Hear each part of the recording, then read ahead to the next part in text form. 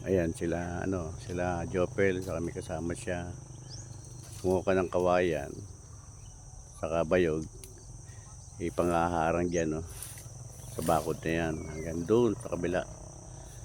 Yan, lalagyan ng bakod dyan, ayusin na yan para wala nang papasok dito na ibang tao o ibang hayop. Ganun din dito, lalagyan na rin natin ng yan, ng bakod dyan, para ika nga limitado na kasi yung baka yun dulo, kilasusi yung baka na yan.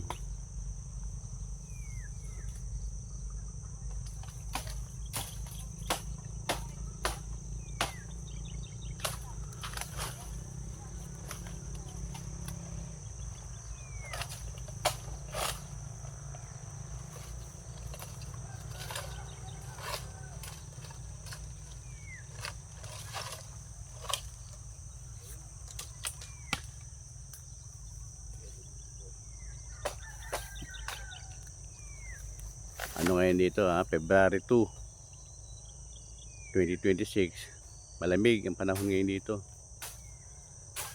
May araw nga pero mas maano yung hangin, malamig.